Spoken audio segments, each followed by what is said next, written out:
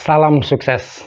Dalam pidatonya, Presiden Prabowo tampak sangat marah terhadap orang-orang atau kelompok-kelompok yang akan memecah belah kerukunan antar umat. Bahkan Presiden Prabowo sendiri mengaku kaget ketika melihat video di sosmed yang menggambarkan seolah-olah Presiden Prabowo menghardik seseorang. Ini cerita dari Presiden Prabowo sendiri. Dan atas hal-hal seperti ini Presiden Prabowo mengatakan bahwa dirinya tidak pernah melakukannya. Oleh karena itu tudingan-tudingan yang dilakukan oleh Ikrar Nusa Bakti dalam hoax inilah yang berpotensi memecah belah antar umat. Ikrar Nusa Bakti membuat narasi kebencian yang mengatakan bahwa hubungan Jokowi dan Prabowo memang saat ini sedang menjalani bulan madu. Tetapi menurut Ikrar ini tidak akan bertahan lama dalam tanda kutip karena Prabowo akan membalas dendam pada Jokowi atas kekalahan Pilpresnya di tahun 2019. Sudah dengan jelas Prabowo dengan tegas sering menyampaikan bahwa semua elit politik harus saling menghormati dan menghargai sekalipun menjadi lawan politiknya. Jadi apa yang selalu dinarasikan oleh Ikrar Nusa Bakti adalah framing kebencian pemecah belah bangsa. Dan orang-orang seperti Ikrar ini karena sering membuat gaduh di masyarakat seharusnya segera ditindak tegas. Bahkan ternyata Irma Suryani mengatakan bahwa bukan Jokowi yang seharusnya dianggap sebagai pengkhianat, tetapi sebaliknya justru Ikrar Nusa Bakti yang jelas-jelas mengkhianati Jokowi dengan tidak ada rasa syukurnya bahwa saat itu dipercaya oleh Jokowi menjadi duta besar. Lalu seperti apa kelanjutannya? Inilah videonya. Bulan madu antara Jokowi dengan partai-partai politik pendukung Prabowo Gibran belum berakhir. Tapi yang jelas ya, saya beri contoh seperti Prabowo Subianto dan Gerindra, tentunya tidak akan lupa apa yang terjadi antara Jokowi dan Prabowo Subianto pada pemilu presiden 2014 dan juga pemilu presiden 2019. Apakah kemudian Prabowo Subianto dan juga Jokowi akan terus boleh dikatakan menyatu di dalam kepentingan politiknya? Saya melihatnya sedikit demi sedikit dengan cara yang sangat apik, dengan cara yang sangat manis, Prabowo berupaya untuk menarik diri dari kedekatan yang terlalu kuat antara dirinya dengan Joko Widodo. Jangan lagi kita mau diadu domba. Sosmed, saya kadang-kadang kaget juga, apalagi ini, ya kan? Prabowo menghardik siapa? Ya kan? Prabowo memaki-maki, nggak ada. Saya lihat, waduh, di mana? Saya cek, rupanya hoax. Terlalu gampang bikin hoax, terlalu gampang bikin fake news. Kuncinya adalah kalau semua unsur pemimpin dari semua lapisan bisa rukun bersatu. Tidak berarti kita tidak beda pendapat, tapi di ujungnya kita tidak boleh bermusuhan. Saudara-saudara, saya tidak pernah mau terpancing untuk membenci.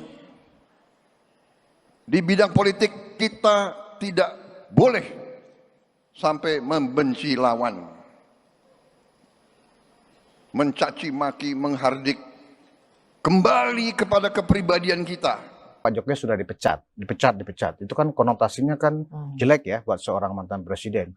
Bahkan Prof. Ikrar Nusa Bakti, ya kan, seorang politisi, bukan seorang politisi sih, seorang pakar politik yang sepertinya terafiliat ke PDIP, ya kan, itu mengatakan bahwa memang satu-satunya dalam sejarah politik di dunia mantan presiden yang dipecat oleh partainya sendiri adalah Joko Widodo, dan itu sangat tendensius. Setelah Joko Widodo dilepas oleh PDIP untuk tidak mengatakan dipecat, kalau nanti Anda aktif berpolitik atau menjadi anggota partai politik, janganlah Anda itu melakukan pengkhianatan terhadap partai Anda.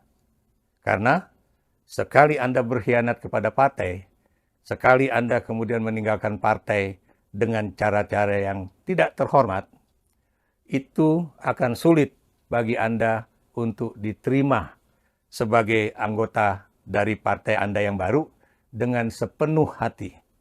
Karena dalam pandangan orang-orang yang ada di dalam partai tersebut, sekali Anda berkhianat, bukan mustahil Anda juga akan melakukan pengkhianatan di tempat atau partai Anda yang baru. Kalau nggak ada loyalitas, ngapain kita harus tetap ada di sana? Kita tidak bisa mengabdi kepada rakyat akhirnya gitu. Karena kita tidak diberi fasilitas, tidak difasilitasi, tidak disupport misalnya. Justru malah dihalang-halangi misalnya seperti itu. Karirnya dihalang-halangi dengan segala berbagai macam cara. Ya ngapain tetap ada di situ? Nah, kalaupun kita akhirnya keluar dari sana, itu bukan satu pengkhianatan. Golkar juga demikian, ya, karena kebetulan Bahlil mendapatkan dukungan penuh dari Jokowi untuk menjadi ketua umum Partai Golkar. Tapi kalau kita lihat misalnya analisis satu persatu, apakah kemudian Bahlil akan tetap menjadi ketua umum Partai Golkar? Dan apakah Golkar juga akan sepenuhnya terus-menerus menjadi pendukung Jokowi? Kenapa? Karena analisis dalam kaitannya dengan keberhasilan dan juga kegagalan dalam Pilkada 2024 ini, Golkar termasuk partai yang boleh dikatakan tidak sukses penuh di dalam Pilkada 2024 ini. Dan karena itu tentunya tidak sedikit catatan-catatan negatif dari peran ataupun keberhasilan dari seorang ketua umum Partai Golkar. Golkar mampu meraih suara sebesar 102 kursi di DPR RI. Kami nomor 2, Bapak Presiden. Kami nomor 2, ya di bawah dikit PDIP, di atas dikit Gerindra. Kami di tengah-tengah saja. Dan ini mencerminkan, tetapi untuk DPR Kabupaten Kota, izinkan kami Bapak Presiden dan seluruh ketua-ketua umum partai lain, bahwa Golkar menang di 15 provinsi dan sekaligus menjadi ketua DPR provinsi. Dan menang di 300 lebih kabupaten kota dengan total jumlah anggota DPR kabupaten kota sebesar 290 dan yang terbanyak dibandingkan dengan partai-partai yang lain. Dan malam hari ini semua mereka ada di sini Bapak Presiden. Kalau seperti yang dinilai dan kemudian dituduh oleh Prof. Ikrar Nusa Bakti itu, Kak Irma, Pak Jokowi ini jelas-jelas dianggap tidak loyal, bahkan levelnya sudah berkhianat karena tidak ikut kebijakan partai. Dan kemudian itu diamplifikasi terus kemana-mana bahwa Pak Jokowi memang seorang pengkhianat. Bahkan ketika kedatangan Pak Jokowi kemarin ke kediaman Presiden Prabowo, entah dalam rangka silaturahmi dan seterusnya, itu pun di-framing, diingatkan kepada Presiden Prabowo untuk tidak menerima pengkhianat di Gerindra, kan begitu. Nah, atas sikap seperti ini bagaimana pandangan Kak Irma? Saya juga bisa bilang saya juga bisa bilang atau masyarakat juga bisa bilang Pak Ikrar Nusa Bakti juga mengkhianati Pak Jokowi loh, kan gitu ya. Oh, iya. Karena beliau jadi duta besar itu kan juga karena Pak Jokowi. Iya toh? Iya. Kalau itu yang kemudian disampaikan netizen ataupun publik kepada beliau, kan beliau juga nggak boleh marah. Gitu ya, bahwa beliau pernah jadi duta besar dan itu juga atas bantuan Pak Jokowi pasti. Presiden Jokowi. Ya toh? Presiden melantik peneliti Lembaga Ilmu Pengetahuan Indonesia LIPI, Ikrar Nusa Bakti menjadi duta besar untuk negara Tunisia. Padahal sebelumnya Partai Demokrat menolak pencalonan Ikrar karena tidak memiliki latar belakang diplomasi. Menolak saya kan cuma Partai Demokrat.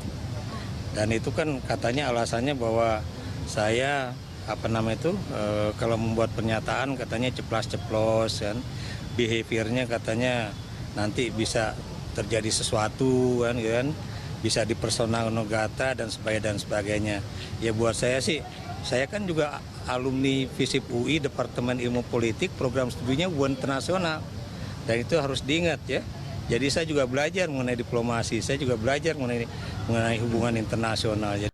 Jadi kemudian sekarang beliau jelek-jelekin Pak Jokowi di mana-mana, kan semua juga publik juga tahu gitu ya. Dengan narasi-narasi yang selalu beliau sampaikan ke publik tuh saya juga dengar gitu ya di media ya, di medsos gitu. Tapi saya juga bingung, makanya saya bilang, kan pernah di ILC juga beliau sampaikan ya hal-hal yang menurut saya itu sepertinya di banyak tempat itu iya, terus ya kayaknya nadanya. beliau sangat memojokkan Pak Jokowi gitu. Saya bilang, dia bilang baru sadar bahwa Pak Jokowi begini.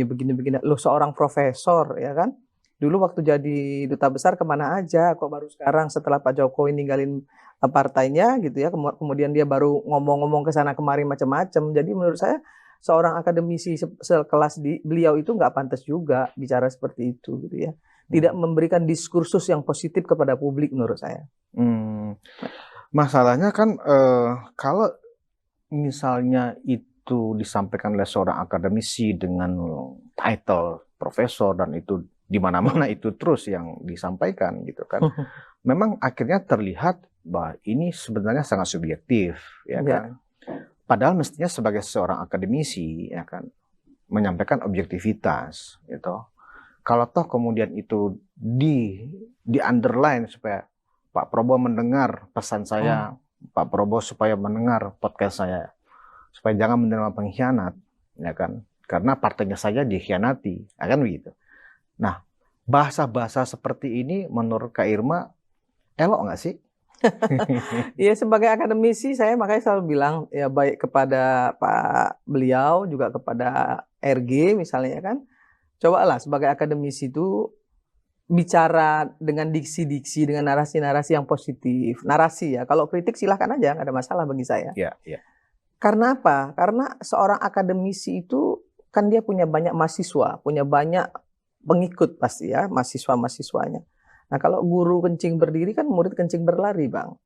Ya, bagaimana anak bangsa ini ke depan ya bisa menghargai orang tua, kemudian para tokoh-tokoh bangsa ya, kalau selalu dicekoki dengan kepentingan-kepentingan politik dan yang kemudian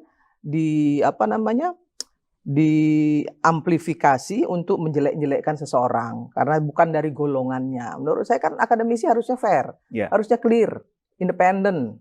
Gitu. Harusnya seperti itu, bukan berpihak gitu ya, bukan justru malah underestimate yang dikedepankan selalu kepada tokoh-tokoh, misalnya satu tokoh tertentu.